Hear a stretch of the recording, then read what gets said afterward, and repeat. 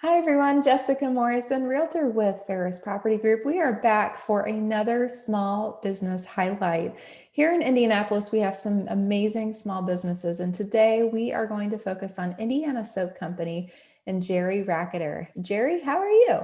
I'm good. How are you doing? I am so excited to learn about your company. I've seen your company be at different events, and I've always thought your soaps are really cute. But tell us a bit about you and how you got started. Thank you so much for having me, and thank you for the kind words. We got started by going on vacation.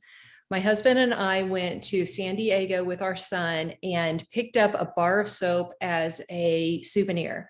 And we were always like a Zest family. We were buying the cheap stuff off the supermarket shelf and had never tried a natural soap. We got home, tried that soap. We never looked back. We were like, this is awesome. It felt so much more moisturizing. It felt good on our skin. It smelled good. This is going to sound so weird. I was looking forward to taking showers in the morning because I wanted to use that soap. So I started looking for the soap locally, or a like a type of soap like that, a natural soap locally, because it got very expensive to order from California. Shipping, the bars were expensive. Like, it was supposed to be a one-time deal. And I had some problems finding some that worked the way that soap did, with the foaming and the bubbles and the moisturizing. And a friend of mine from church said, "Hey, I'm going to take this soap making class. Do you want to do it with me?" And I was like, have you read my mind? I'm looking for a soap. Like, we hadn't even talked about soap ever. Why would I talk to my friend about a random product that I used? And she goes, "Yeah, let's do it." Next thing you know, I'm making soap. And soap, when you make a loaf, like our small loaf is 10 bars. And so I made 3 different types of soap. I had 30 bars of soap for 2 people in my house. That's 3 years worth of soap. I mean, I'm like, I don't know what to do with all the soap. Plus, I want to make more fragrances, and I want to make more designs, and I just want to keep doing it because it was so fun. Next thing you know, I'm selling it. So Indiana Soap Company was born. I love it. And I think businesses in general come from a place of solving a problem. And it's a personal problem that you couldn't find in the marketplace. So you create it. And then it turns out there's a ton of people who have been looking for that same solution. And then when you're able to monetize and ultimately serve people in that way, I think it's really fulfilling. And I love that you get the creative outlet with being able to come up with different designs and, like you said, fragrances, without having to have a personal excuse of needing that. So how many different kinds of soap do you make? Oh, so many. Like, the experts will tell you to keep your bars to down to 12, like your varieties to 12. We are like at 35. I just can't stop. And this, every time I go to look at fragrances and order new fragrances, I'm like, no, don't start another one. Don't. So I think we're about at 35 right now. But we do have like our collections that are very popular. Our Indiana Parks collection, for example. It's got like Brown County, it's got Eagle Creek and White River State Park. I was going to show you a bar here. Like, when I made Brown County, I took the colors of when we go hiking down in Brown County during the fall colors. So we try and make them sort of similar to where they come from. But our Indiana Parks collection is like our most popular collection. These fragrances are not going away. The eucalyptus, the lemongrass, the sea salt driftwood, the sandalwood, those are not going away. We've also got some of our florals. This one's called You Are Loved. I want people to remember when they pick up this bar of soap that they are loved. You are loved. So we've got some florals that won't go away. Some of our least popular ones, if they start waning, we get rid of those. I would love to say I can get down to 12, but I can't. I just can't do it. I can't let them go. I love the creativity of being niche specific, or niche, however you all say that word, with the state parks collection, because Oh man, that's just so good. Do you have anything else that's specific to Indiana, or is it more of just kind of what comes your way with inspiration? Well, it kind of like it comes my way with inspiration. The term corn fed was attached to Indiana, a few years ago. So we had our corn fed collection, and within our corn fed collection was more like watermelon and apple and blueberry and stuff like that. The food corn fed, but it kind of confused people. So I don't really say corn fed that much. The Indiana parks, though, that one has stuck around. And one of the things that people like to do when they give a bar of Indiana Park, say in a stocking, is get an Indiana State Park yearly pass. So people really dig that. I'm trying to think if I've got another Indiana centric one. I don't, but I do have, we are going to have some products at the Indiana State Fair this year. We are often in the Ag Hort building in the Indiana Grown Marketplace. So we're able to have our products in there year after year. And we're very excited that the State Fair is back this year. We missed it last year. But oh, where was I going? I totally lost track of thought. The Indiana. You were talking about different types of soaps. Oh, yes, I'm sorry. It's all good. Squirrel. But I've got one called Lemon Shake Up that is going to come out for the state fair, and it will only be available at the state fair until after the state fair. Then it'll go on to our general population to add yet one more fragrance.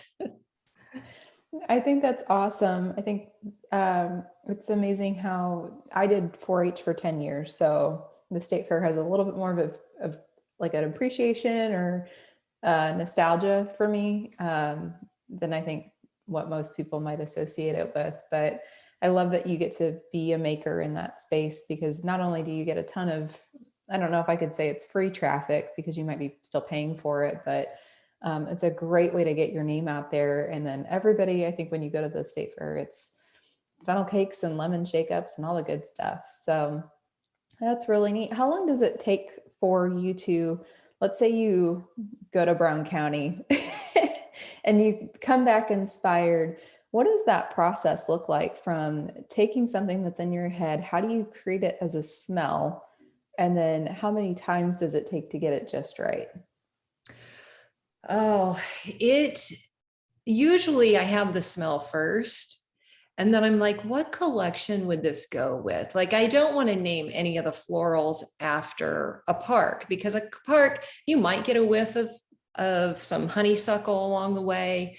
But I think more of earthly fragrances and earthly colors and earthly, kind of, those are our earthly scents in those collections. So usually it's more like around the design of the bar. For instance, our White River State Park bar, I didn't bring it out here with me, but our White River State Park has like a gray layer, and then that represents kind of the street or the concrete. And then it's got a blue layer for the canal, and then another gray layer for the sidewalk, and then a green layer for the grass, because it's in downtown Indianapolis. So I tried to make it, well, what does that look like? And then I fragrance that with sandalwood, because I'm thinking, if I go to a concert there, what fragrance might I smell at a concert? Well, I went to a concert recently and I smelled a lot of sandalwood. So maybe sandalwood. I know it's kind of a stretch, but that's kind of how I came up with that. For Eagle Creek, I grew up on the west side of Indianapolis, and the park that we went to all the time was Eagle Creek, especially when I got my license, girl. I was there all the time. I loved it. And so I thought of the water, and then I thought of like the sunny sky. So that's how the Eagle Creek bar was born. It kind of reminds me of Eagle Creek. So, and then when I did Indiana Dunes State Park, or Indiana Dunes, I guess it's a National Lake Shore now. But I did, like the color of the sky, and it's kind of got a little driftwood, and then try to get some waves going. It's very not literal, as you can see, but so that process, thinking and figuring that part out is the easy part. The hard part is actually making the bar and figuring out how you're going to make it happen. But it usually will take me a couple of batches to get it going. And to make a batch takes about, I usually make about 5 batches at a time, and I can usually do 5 in 2 hours. And then after 24 hours, I cut the soap. So it comes out, like I said before, in a 10 bar. Now I've got an 18 bar. So it's 18 bars at a time. So I cut all of those. After I cut them, it takes 4 to 6 weeks for them to set and cure. So I can't use that bar for 4 to 6 weeks. I can't sell it until then. So it's a kind of a long process, and the waiting is always the hardest part, as they say. For sure. The symbology of what you described with going through and drawing inspiration from what's around you and incorporating that, I think is fantastic, especially when, as a passerby, let's say I'm at the state fair and I'm looking at your collection. It's like, oh, well, these are just different designs, but I love hearing your heart behind that as a maker, because there's so much more to it. So I'm hoping that our audience will have a deeper appreciation for the artisan soaps that not only you make, but more than likely, I think you could say that other soap makers probably put forward. Would you say that that's true? Oh yeah. Yeah. And since those early days when I was looking for soap, for local soap, there have been more soap makers popping up all over the state. And there's some wonderful soap out there. I do buy from other soapers too, because I just can't help myself.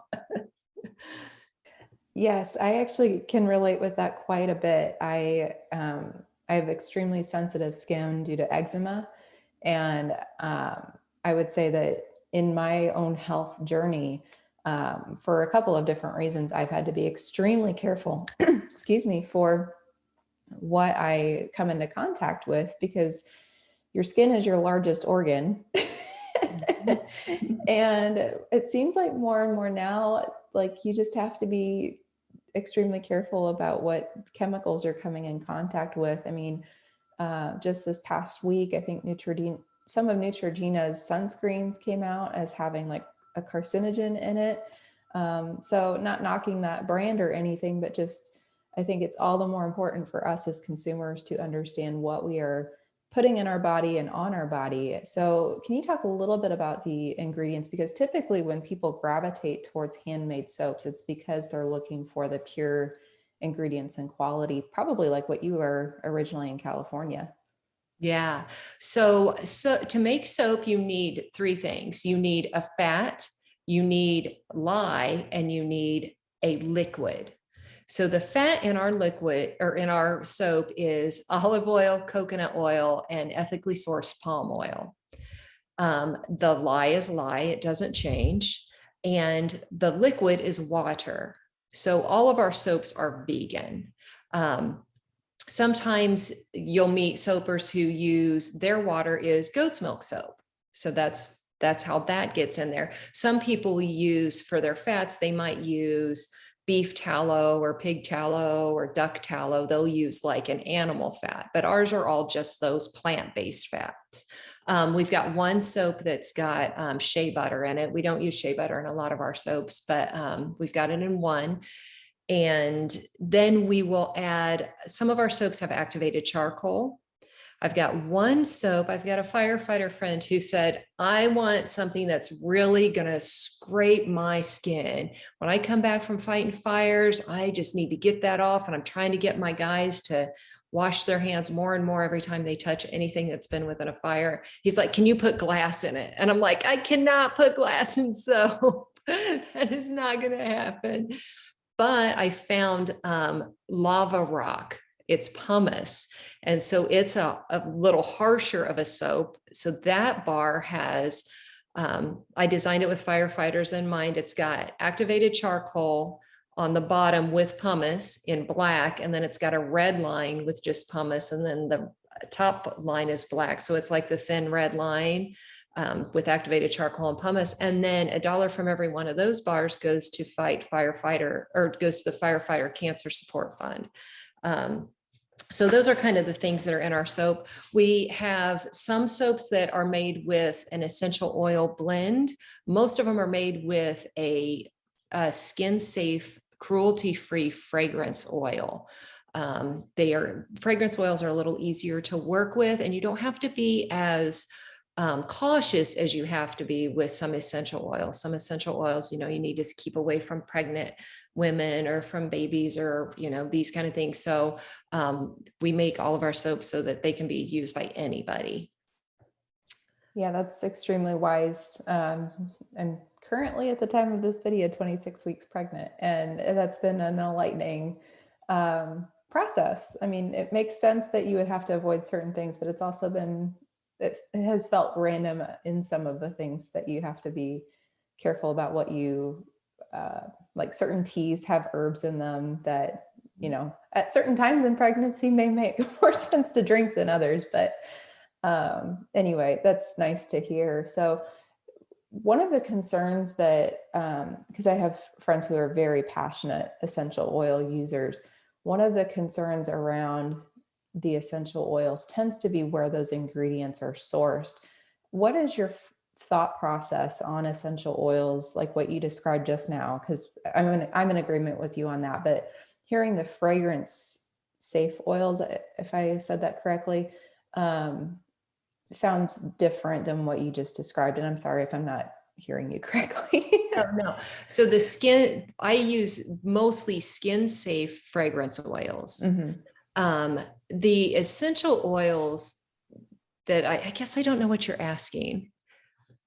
Sure. So sometimes there are, like, let's say you go to Target and you get essential oil from there, and it's like $5 for a bottle of peppermint versus the real stuff is going to be much more expensive because it's a better quality. It's not distilled down. And some of the thought process with that and being careful about the oil is, has that company sourced, making sure that it's organic, a seed to seal processor controlling that entire process versus if they're spraying the plants with pesticides and then distilling it down, what are you actually coming into contact with? So I know that that's kind of a side tangent, but I wanted to hear more of your thought process. And if you don't know this, that's okay.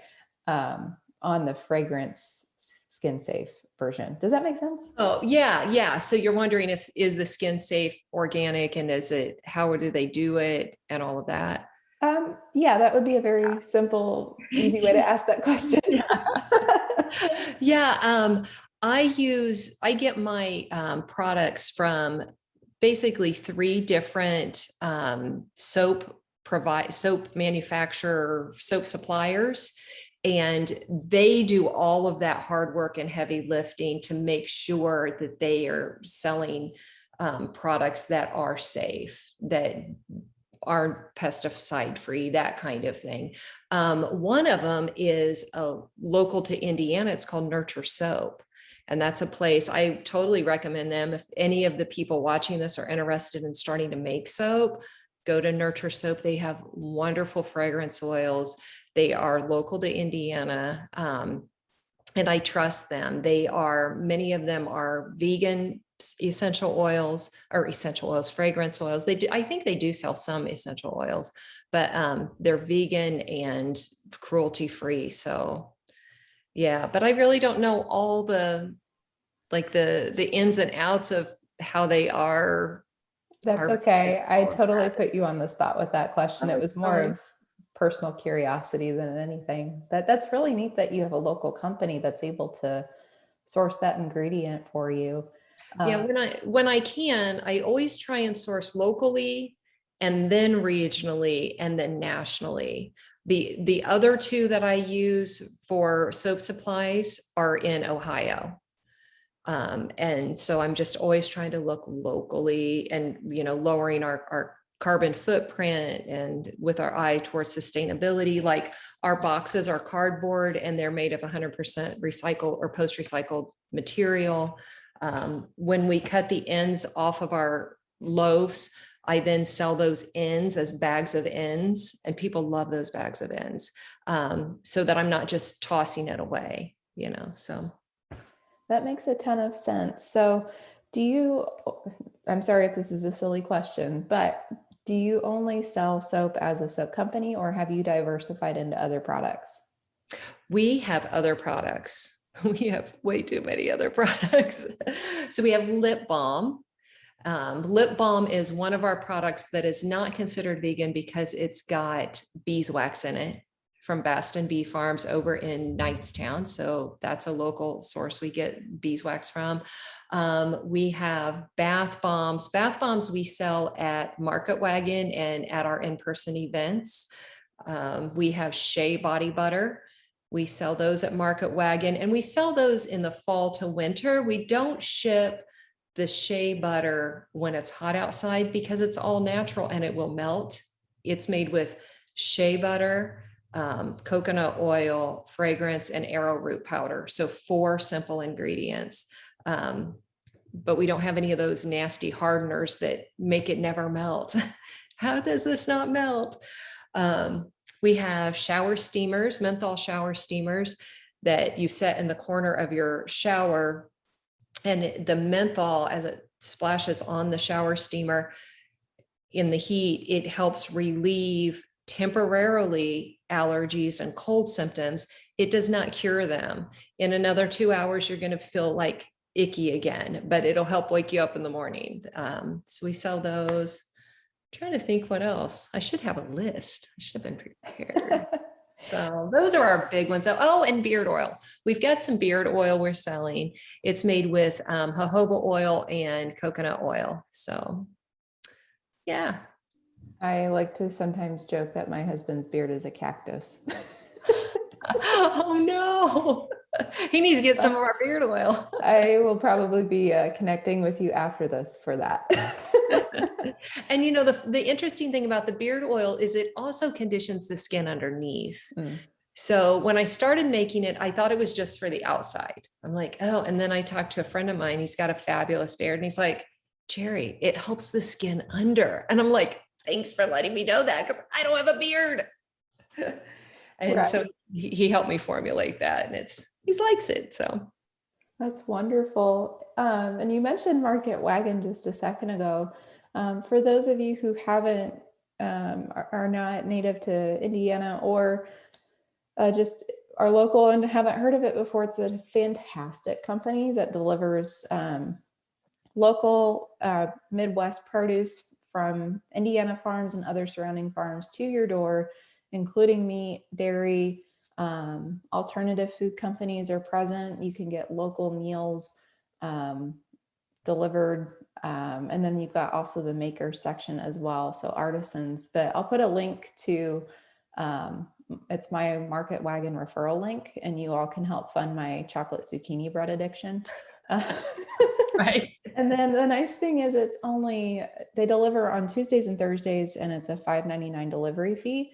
And it's not like there's no limit on how much you order. So if it's a $200 order, it's still only $5.99. So you could order a ton of Indiana Soap Company soaps and have it delivered. So speaking of delivery, in a sense, do you have a physical store, or where are you, is your shop located? We do not have a physical store. We do the Market Wagon. We are there on Thursdays. So that's our Thursday delivery, Indianapolis area. We have several retail partners. So Needler's Market in downtown Indianapolis, in Pendleton, and in New Palestine carry our products.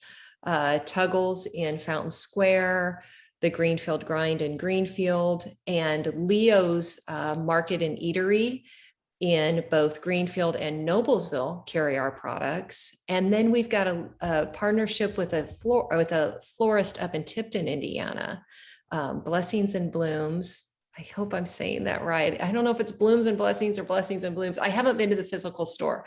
They just order online or they email me and I send the packages to them. So those are our retail locations. We also have products at our website, indianasoapco.com. We have a small presence on the Indiana Grown, shopindianagrown.org. It's so small, I don't remember the name. Isn't that terrible? So we do have a small presence with them, and we do some local markets. We try and do Benford once a month. We probably won't be there in August of this year because we'll be at the Indiana State Fair. I'll actually be there this year, as we're recording this, 2 days cutting soap live. On August 7th and August 15th, I'll be cutting soap live. And if they will allow us, I don't know if the COVID restrictions will allow it or not, but if they will allow us, I'll allow people who visit to cut the soap. And that's kind of a fun thing to do. If not, you get to watch me cut it live, ask me questions, whatever. And then Riley Days in Greenfield, Indiana. It's the first weekend in October. It's a crazy party, y'all. I mean, it is makers, crafts, food, entertainment. So we'll be there for that long extended weekend. It's a Thursday through Sunday. And then we might hit up a few other little craft fairs for the Christmas season. We haven't identified where those are going to be, but the bulk of what we do is through Market Wagon and IndianaSoap.co. I love it. IndianaSoapCo.com. Yeah. Jerry, what would you say are the evergreen events, or the events that people can expect after July of 2021 to connect with you at? I would say once a month at the Benford Farmers Market. It runs, I believe, May through October every year. We used to go every weekend, and then discovered people don't need to buy soap every weekend because our soap lasts a month. As long as you put it in a draining rack, it's going to last. So we cut it back to once a month, and usually it's the second Saturday of the month. But I would say connect with us on Instagram or Facebook at Indiana Soap Co. is our handle, or also check on the Benford Farmers Market to see what weekend we've chosen for the upcoming year. Those are evergreen events. At the Indiana State Fair is an event that we hope to do year after year. I tell you, the first year I got to do it, I was on cloud 9 because I grew up in Indianapolis, and to have my products at the Indiana State Fair in the Indiana grown marketplace, dream come true. It was so exciting. I hope to keep that relationship going. It's been a really great one. And Riley Days, we are actually, Riley Days is in Greenfield, which is our hometown now. We live in Greenfield. In the heart of downtown Greenfield is Indiana 9 and US 40. And there's a historic building there called Bradley Hall. And inside Bradley Hall, you've got the Greenfield Grind. It's a wonderful coffee shop. Well, we get to rent space inside that building. So we are in out of the elements. We're not in the heat and the rain and all of that, because you never know what you're going to get in Indiana in October. So we hope to make that an annual event. We were able to be there in 19. Of course, everything was shut down last year, and we're there again this year. So as long as that space is open, we'll be there year after year. That's awesome. Well, Jerry, what is the best way for, I think you've said this a couple of times, but just in case it's unclear, actually, before I get to the connecting part, on the events subject, do you teach soap making classes? We hope to be teaching soap making. We hope to teach soap making classes in the future. I was actually working on curriculum around that in 2019. And then once 2020 came along, all bets were off. I actually have space now to teach the classes. That was one of the barriers, was finding the space to do it. Well, now I have the space. Now is finding the time, because since I'm in so many retail locations and then I'm doing a handful of live events, just keeping up on demand is a little bit harrowing. But I hope to do some classes probably early next year. Our quieter time is February and March. So I would be looking at our social accounts around February or March for any soap making classes if we decide to do it, because it was just too crazy, this past year, still trying to catch up. And of course, the restrictions weren't lifted yet. But we do offer, another thing that we do offer that I forgot to mention is we have companies that we partner with who give our soap as gifts to their employees. I've got a I started to say hotel, an apartment complex up in Westfield. They're brand new and they give our soap as a welcome gift to their new clients. We can swap out our logo on this side with a company logo, but we would still have our logo on this side. So we have those. We partnered with a home builder who gave 2 bars of soap and a shea butter to all of the people who bought homes or who built homes that year for Christmas. So we like to partner with other local businesses to celebrate their clients and celebrate their team members. During COVID, I had a few orders from local hospitals for our Healing Hands skin balm. That's another thing I forgot to mention. I formulated this Healing Hands skin balm. It's kind of like lip balm for your skin because our healthcare workers were washing their hands so much. They were getting so raw with that hospital soap. And so I had some hospitals giving those out as gifts. So I don't know if I answered your question, but No, that's okay. You did. I think the diversity of where you're at is a great. I'm so excited for you because it sounds like as a business, you're getting to that point where you almost need to hire or get additional help to keep up with the growth because you only have so much time in the day and you have orders to fill. So, would you say that that's the case? that, it is. I've got a young gal that lives a few houses down and she's always looking for work, but she's too young to get a real job. And I'm like, I have a job for you. And so I'll pay her and she'll fold boxes for me. She'll put labels on boxes. She'll help me with inventory. My husband, I can't say enough about him. He helps me with deliveries and stamping boxes and measuring out the oils. So yeah, we're not quite to the point where I hire a real employee yet, but we're getting pretty close. I do have another gal. I can't speak enough about our dear Abby. If you've been at some of our events, especially in 2019, she helped me out at Indy Yelp Bazaar and she helped me at Riley Days last year. I'm going to ask her to do Riley Days this year. She samples the shea butter. She walks around with a tray of all different kinds of shea butter, samples them. People come up to my booth. They're like, we love that little girl out there. She's awesome. So I do hire local youth when I can. I've been really blessed that I've been surrounded by some really incredible young people. So, and soon maybe I'll be able to hire a little bit older person. I think it's always neat when you can help a young person, whatever age. Young is a very relative term because it's always younger than you. Right. As I But, age. but a young adult is more especially that can help get a taste of an entrepreneur or the life of an entrepreneur or being able to be a maker and create something and be a part of that process. And so much of what people see is the tip of the iceberg with a small business. And they don't see the hard work, the 2 a.m., night shifts when you're up having to stuff envelopes or, like you said, fold boxes. And if you have a spouse or a partner or family member who's actively supporting you, the support network that it takes, not only physically, but even mentally to be like, is this worth it? And all of those highs and lows that come with just naturally owning a business that then becomes in a way like a child or a pet, something that you deeply care about and cherish because of all of the great things that it does, not only for you, but more importantly, the people that you're serving.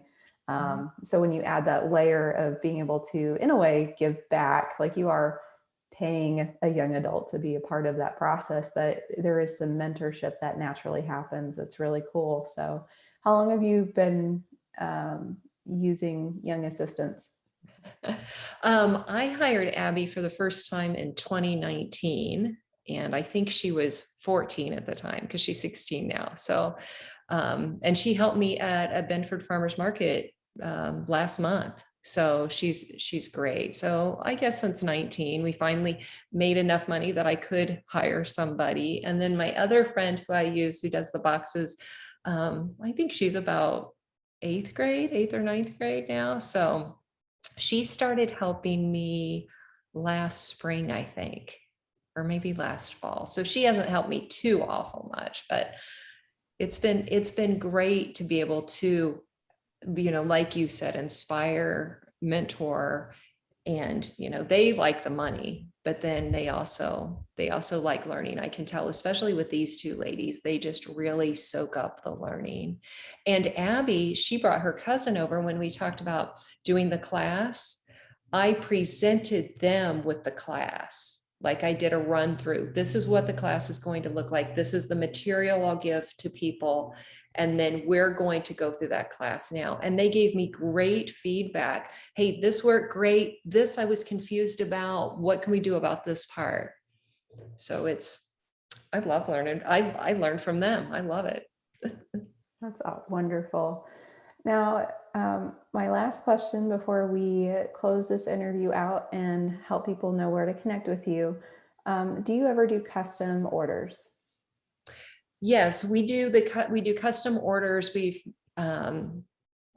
can change the logo on the front of the box or on the back of the box to a custom logo here. We've partnered with some home builders, some apartment complexes. We've got soap at the Riley Boyhood Home in Greenfield. They put the Riley logo here. So we can always do that. Some people don't even want to change that, and they'll just do like a name change. Like this is from our Indiana Parks collection. It says Eagle Creek. I've had some call it Home Sweet Home, or whatever. If you're a hospital system, we can change that to healing or. Sure. I think maybe to rephrase my question, because you did mention that earlier, but if someone has maybe specific health needs, or like they just want to have more like input, or maybe let's say they were like you and they went to a park and they got a certain smell and they wanted to partner with a professional to make a soap or give that to someone, do you do custom orders in that way? Oh, like a custom bar of soap. Yes. Yes, we do. We don't get much of a call for it though. I used to, when I first started making the soap, I was like, I'm going to do custom orders. We can do that. But most of the time people will say, I love that bar, just make that bar. Or when I worked with one of the home builders, she said, I love that fragrance, but I want it to be blue. I want it to match our logo. So I will do that. I just don't do it often. And one of the things is when people think of doing their custom orders, they want it now. And soap doesn't happen now. It takes, 6 weeks for it to cure. But before that, if you want a custom design or a custom order, we need to talk about that. We need to choose the colors. Then I need to order them. If I don't have that fragrance, if I don't have enough for your order, that can back up, up to 2 months, depending on, what the thing is. So we do it. We just don't do it often because it's not super convenient for the person on the other end. So I would say if there's anybody out there who's thinking of custom orders like that, can get in contact with me about 3 months early, because otherwise it just probably won't happen. Yeah. And I think nobody intentionally tries to put, well, maybe some people do. Like, I think on some level, there's an element of procrastinating that can naturally happen, but I don't think that because, and hopefully this interview is helpful in that regard with outlining that process to respect the time that you need to properly make that product. But yeah, I mean, I never would have known soap would take 6 weeks to cure. So, and it makes complete sense. Plus, if you've got other events going on, you need to be able to plan not only for that order, but the other orders that you already had in the queue. So, yeah, Jerry, and people, they just don't know. They don't know. They don't know what they don't know. And I get that. So just unfortunately, we can't do anything. That's why a lot of times people just rename them. Sure. Yeah. Yeah, that makes a lot of sense. So Jerry, one more time, what's the best way for someone to connect with you, either to place an order or to find out where you will be at different events? So if you're in central Indiana, I would say go to marketwagon.com and search Indiana Soap Company. And that is a great way to get some of our most popular products on there. We are still shipping shea butter, shea body butter year round. We've got shower steamers, we've got bath bombs, we got like everything on there, lip balm, healing hands, skin balm, all that. If you're outside of central Indiana or not interested in doing Market Wagon, we're at indianasoapco.com. You can email me if you're looking for a custom order at info@indianasoapco.com. And I'm on the socials on Instagram and Facebook and Twitter, though I'm not on Twitter much. I'm at Indiana Soap Co. So those are all the ways. Wonderful. Jerry, it was a pleasure to connect with you this morning. Thank you so much for your time. And I hope everybody has found this to be a valuable and insightful interview. Again, please connect with her if you are looking to maybe personally take your hygiene up to the next level or are looking for a custom local gift from Indiana. As you can tell, she loves what she does, and it just sounds bubbly and wonderful. Thank you so much. It's been a true pleasure.